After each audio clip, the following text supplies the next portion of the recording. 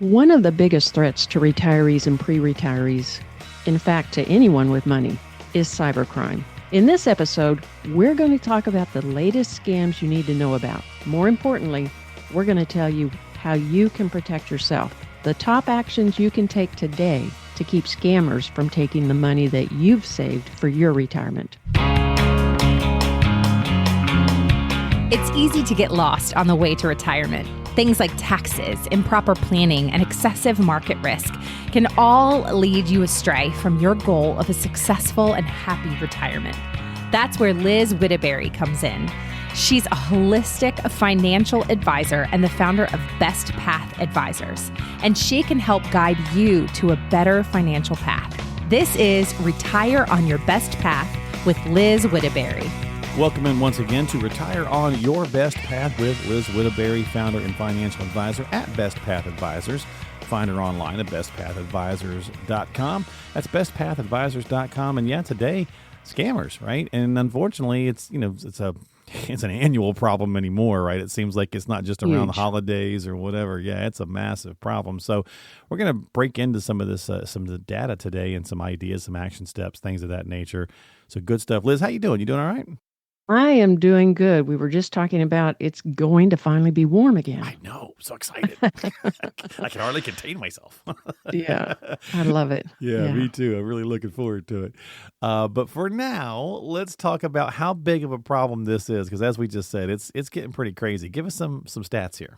Well, the Identity Theft Resource Center is one of the groups that I follow because they have excellent information. In fact, they are a organization that for over 2 decades have helped people with identity theft problems, and they do this for free. So they help victims for free.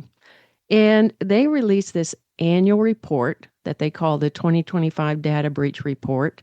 It was their 20th annual report, and they said that there was a 5% increase in the number of reported data breaches, so 3,322 data breaches. That's huge. Yeah. 278 million victims got notices, and that just keeps going up every year. That's almost the entire country, if you think about it. 278 million is crazy, right? That's why we all have our information out there in the dark web, I'm everywhere. sure. Yeah. Yes. Which that creates a lot of opportunity for scammers. It's become such a big business. The Federal Trade Commission reported in their December 2025 report that there was 12.8 billion reported losses in 2024. Wow.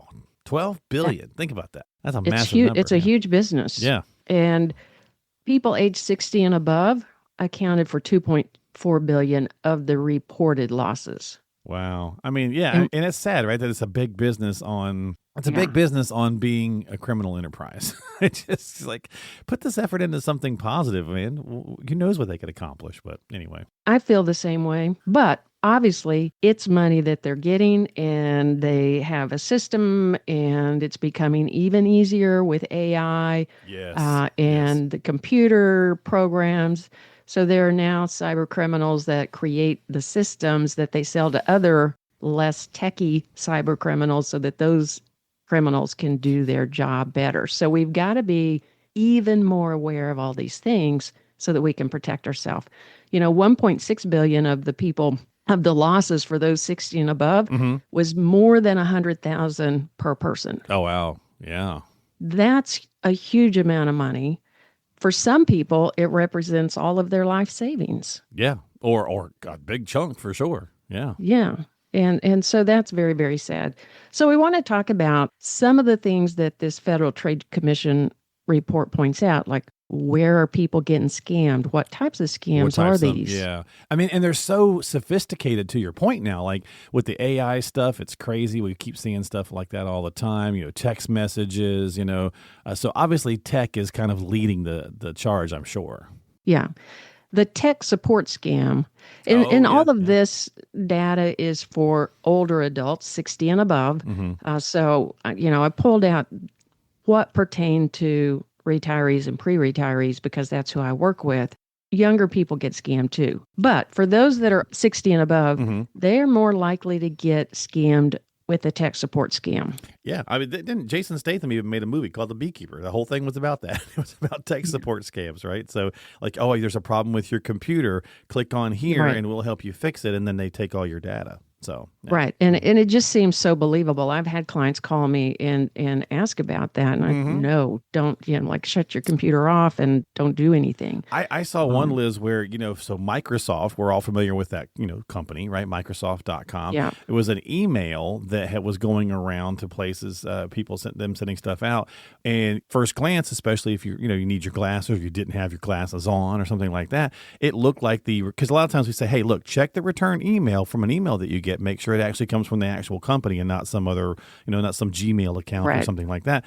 And it looked like Microsoft, but when you zoomed in, it was the letter R right before it. So it didn't say actually Microsoft. So instead of the M, it was an R, and it was just close enough that it could confuse you if you didn't have your eyeglasses on, right? So it's like crafty, but also simple. Right.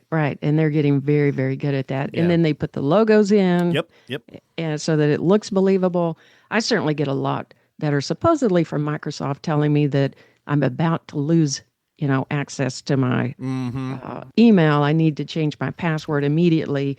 Click on this link. Well, that's not true. Yeah. That's not the way that Microsoft actually triggers any kind of a password change. Correct. So, so good stuff. Okay, what else? Well, when we look at how much older adults lost by type of fraud, number one was investment scams. That was $744 million. You've got to be very careful when you're online that you don't fall for some high rate of return. I was just reading an article last night that this particular company, who are now being pursued by the SEC for fraud, that they were advertising you could buy shares into this company, and they were buying up all of these businesses that were no longer doing good in brick and mortar stores. They were going to take them online, and you were going to get a 20% return.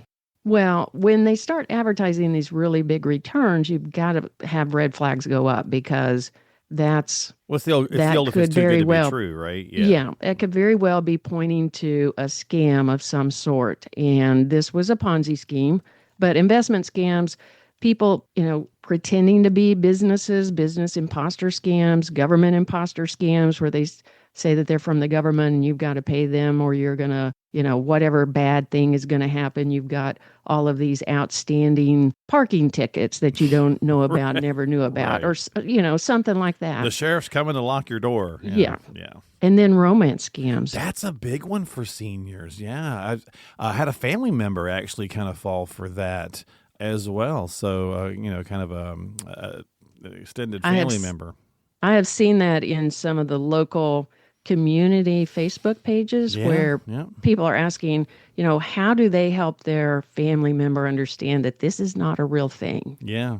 Probably not even a real person. Most likely not. Yeah. Yeah. And because they know they're lonely, and especially if they're a widow or widower, and maybe their kids aren't around, so they're just not getting as much interaction, and so as a human, you kind of crave some sort of connection with someone, and it's just terrible.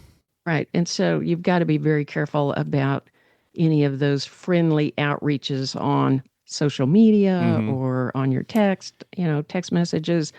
In fact, when we talk about the contact method, how did they contact the older adult that started this whole, situation that led to fraud? I bet it's social media, number one. Yeah. Number one is social media. There was $561 million lost through that source. Wow. Probably phone calls, number two, $502 million. Oh, I would have thought text might have been number two, but phone calls, okay.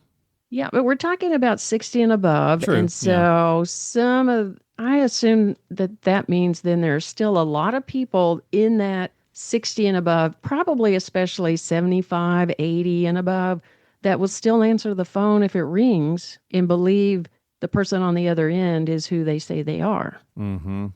And so that's another thing that we've got to be talking about with our friends, with our family, with our parents, whoever, just making sure that people understand not to answer the phone. If you don't know the person, do not answer the phone. Oh, yeah. And even then, like they're getting so crafty. Like I was, we got our stuff gets sold every so often, right? You start getting, sometimes you get like a higher volume of spam calls, right? And phones, you're pretty good sometimes with showing you it's spam, but then sometimes you get like a local number and you think, oh, well, it's a local number. It might be something, and then sometimes it even pops up with a name and you think, oh, somebody's just calling, giving a wrong number. It's just a wrong number. I'm just going to let them know they got the wrong number. I answered one day because it had, this person's name and everything. It's just going to tell them they had the wrong number. And sure enough, it was like, please don't hang up, as this is an important. And I was like, you got to be kidding me. They kind of got me to at least answer because it looked like it could be a believable person, just making a wrong number call. So it's pretty crafty out there. It is. And one of the things we have to be very, very aware of right now is how much information is really out there. The AT&T data breach that released huge amounts of information about millions of people is now being repackaged with other information. I was just reading about this in the last couple of days. So they're beginning to piece together the data to get a more complete picture of your name, your address, your social security number, the last four of your social, which email you use, all of the different pieces so that when they contact you, it's very believable that they know you. Yeah. And so you can't trust that anymore. You cannot believe that it's the company they say they are. If it's an incoming call, you've got to just listen to it, hang up, call the real company with a number that you have for them. Make sure it is actually real. Yeah, we talk about that often. We talk about my mom on here often. She's in her 80s, and I tell her all the time. And she'll occasionally ask me if she's not sure, and I'm like, Mom, they wouldn't contact you that way. If you're worried that it's this particular company, you reach out to them, right? You call their specific number that's listed. You don't go from the one that they sent you, from a text, from a phone call, from an email, nothing. You search out the actual number yourself, and you give them a call. And then you start having a conversation, and probably a bunch of times, Liz, whoever the company was she needed to talk to, they've been like, no, ma'am, we didn't try to contact you at all, right? So gotta be careful. And it is getting very scary, especially with some of the bank frauds. The amount of money lost through bank transfers in 2024 was $832 million. Oh, wow. Yeah. And I've listened to some of the reporting that gets done on what is really going on. And they've gotten good enough that one of the tricks is to send the scam that looks like it's from the bank number that says, hey, is this your charge? Or is this, a fraudulent charge? Yes or no? And we all get that and respond to that, especially if you're you're traveling, you're using your card in a different location. But now that's coming from scammers. So you can say yes or no, but then if you have any further follow-up that you need to actually call the bank. One person was calling the bank and then was getting a call coming in that looked like it was from the bank, and it was actually the scammers. It was an incoming call, looked like it was from the bank. And so he ended up losing some hundreds of thousands of dollars because of that. And he even talked to the bank for a little bit, and they said, we're not really seeing what you're talking about. And he said, oh, they're calling back. They know what's going on. I'm going to switch over. And so he just fell hook, line, and sinker for the fact that it looked like it was from the bank number that was in his phone. Yeah, what do you do, right? Like, it's like you sit there and you think... You make an outgoing call. Yeah. Always. Yeah. Well, let's talk about that, right? Let's talk about some protections for folks, like some different action steps, Liz, that we can maybe try to take. Well, besides what we've mentioned, you don't ever answer anything on an incoming call, no personal information, make an outgoing call to the company. The top one that I recommend is freeze your credit. Yeah, exactly. You've got to... Yeah, if you're not you've buying got to anything, make sure that... you know? Right. It's easy to freeze and unfreeze. Yes, ma'am. Mm-hmm. I was listening to a podcast that's by another financial advisor, and the person on this said, or it was a YouTube video, the person on it said, I don't freeze my credit because then I have to unfreeze it if I go do anything. Well, it is so easy to freeze and unfreeze. To me, that's like, I don't lock my door because then I have to unlock it when I come back home. You lock your door when you leave, right? I do. Yeah, exactly. Absolutely. I lock my door when I'm here. Exactly. And I grew up in the country where we didn't lock our door. So I very much grew up in an environment where there was no concern or worry. You didn't even lock your door at night. You didn't worry about that. But these days, I definitely lock my door, and if I leave, I would. So freezing your credit, that is how you lock down your identity, make sure that nobody can use it, can't open accounts in your name, can't use it. You also need to get an IRS identity protection pin. Oh, okay. That is a little more complicated process the first time you set that up. And the IRS used to only offer it for people whose identity had been actually stolen. Mm-hmm. And then they realized that they were getting all of these fake tax returns where they were being filed very early on in the season. Who the person that was the fraudster would file, get a refund, take the money, and then the real person would try to file and they couldn't because their tax return had supposedly already been filed. Well, if you have an IRS identity protection pin, you get a new number every single year and you have to put it on your tax return in order for the IRS to accept it. So it gives you this whole layer of security over no one can file a tax return in your name.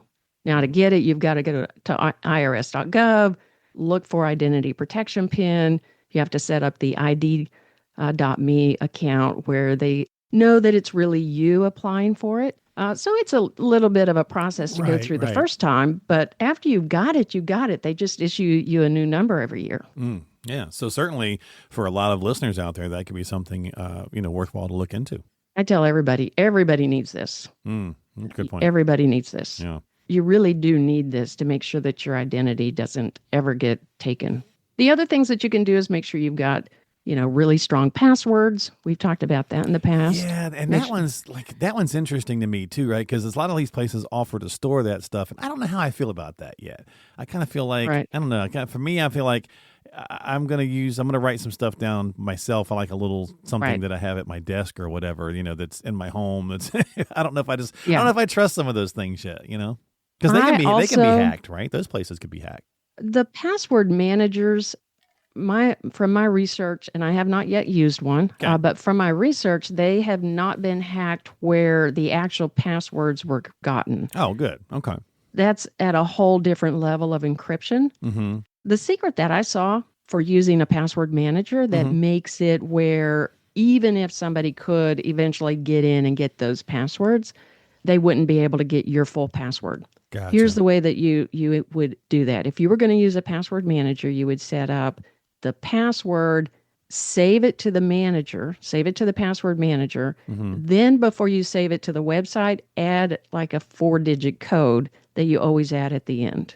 Oh, okay. And then save it to the website. So then when you go to a website and the password manager inputs your password, you then add your 4-digit code. You add a code that you could use, that you're kind of familiar with using. Okay, I like that. So it's like your PIN that you're adding at the end, and don't use the same PIN you use on your bank card or something like that. Right. Make it different. Yeah, that's cool. I like that. That's a good one. So that I am considering using the password manager now that I've heard about that little trick. Yeah, but I like feel that. the same way as you. I don't really want all my passwords in something. Yeah. Especially I guess if it's like built into the software, you kind of think, okay, it's fine. But then like going on to the some sort of a cloud service, and then doing it just feels like, well, that's just the same kind of thing. You still have it kind of out there in the ether. So I don't know, but I like that tip though. That's a good tip. Yeah, and they're now saying that we need to be adopting passkeys, and the reason for that is the passkey is not actually stored with the business. So if I set up a password at AT&T, they've got my login name, my password. When I try to log in, they check that. I set it up with, any different online company I'm shopping at or all of the different places. The passkey itself is stored on your own device. And so the industry, the good cyber people, are wanting everybody to go to passkeys because that keeps it from being stored someplace where a cyber criminal can find it and steal it. And I know it's annoying, like the multi-factor thing where people, it's like it's going to call you back or it's going to text you with the code. And blah. But that's it's a critical layer of defense, right? So, I mean, take really the is. extra step. It's okay, fine. It's a little, you get an extra text. Whoopity-doo, right? You get used to it. I do it on everything now. Yeah, and now I'm exactly. used to it. And in fact, I get irritated if they don't offer that. Because I think, do you not care that, your customers might get hacked? Let's offer it to everybody. I've gotten very used to it, so it's just a part of it. Yeah. Very good. What else? Anything else? Well, I would say everybody should be going to e-delivery so that you don't have your mail floating around, anything that has account numbers and that kind of stuff. I also have signed up for USPS Informed Delivery. Have you signed up for that? No, but I will. It's awesome. Yeah. You get an email every morning that tells you, here's what is coming in your mail today. Oh, so you know what, okay. You know what they're going to be delivering. If something doesn't show up, you know what's missing. Nice. Occasionally something doesn't show up, and usually it comes a few days later. You know, the postman drops it in the bottom of his truck or whatever. Mm-hmm, but if you had something that didn't show up that you needed, you could then, look into getting that information. That's a great little tip as well. I didn't even know that was a service, so I will check that out. I kind of think about like the package tracking services, with FedEx or UPS, but I didn't realize that USPS did that. So that's cool. Yeah, and it's free. You just have to set up an account online, and they send it to you every day. Okay, very good. And then, of course, we talked about to protect yourself from scams. Don't respond to any text messages if it's somebody you don't know. And they're now getting very smart at sending things like, I'm going to be at such and such a place today. Are you going to be there? Mm-hmm. Some kind of conversational Seems very thing. Casual, yeah. Mm-hmm. Yes. Oh my gosh, how are you? I've missed you. How are you? Yeah. And it's like, and they're trying to bait you into getting into a conversation. Yeah. And then becoming a supposed friend, and then beginning the scam. Right. Yeah. Earn your trust. Yeah. So, right. And then I think one extra one a lot of people do too is have like a family phrase, right? Especially with the AI voice cloning stuff, right? To make sure that important. When your granddaughter calls you and says, "Hey, Grandma, I need money," you can say, "Cool, tell me the phrase." Right. And if it doesn't know it, it ain't your granddaughter. Yeah. And that I think is extremely, extremely important these days with the ability for AI to clone anybody's voice. That's just going to get more and more tricky, bigger and bigger scam. Yeah. So that's we're a not simple prepared little for thing. it. Yeah, simple little thing, right? So set that up with your kids or grandkids. Have a little family phrase. Hey, every time and it's not like every conversation, but if you feel something feels off when you get a call from someone, just ask them what that family phrase is, that family passcode, right? Yeah. And so I would say to anybody listening, if you're not doing these things, please do them. Mm-hmm. And then make sure that your spouse, your kids, your parents, your, extended family, make sure that everybody else is also doing it. Because if we all begin to put these protections in place, we can put these scammers out of business if they can't get any money. Exactly. Let's do that. Yeah, good stuff. All right, so look, at the end of the day, it's a lot of information, but of course, as always, if you need help, need some tips, got some things you want to talk about, and some great tips today on the podcast, make sure you're reaching out to Liz, having a conversation about your specific situations, especially from the financial sector and all those pieces that go into strategizing. But this is another piece that's very important as well. So if you need some help, reach out to her, bestpathadvisors.com. That's bestpathadvisors.com. Don't forget to subscribe to us on Apple or Spotify or whatever app you enjoy using. And also, don't forget to check out her YouTube channel and all the videos she puts out on there as well. A lot of good stuff to consume there. And again, you can find that at her website, bestpathadvisors.com, on the Good Stuff tab there. Lots of good things there to check out. Liz, that's going to do it. Thanks for breaking it down. Good things this week. Thank you. And now that we are done with that topic, let's go enjoy this beautiful day. Next, let's do it. We'll see you next time right here on Retire on Your Best Path with Liz Whittaberry. We'll catch you later, folks.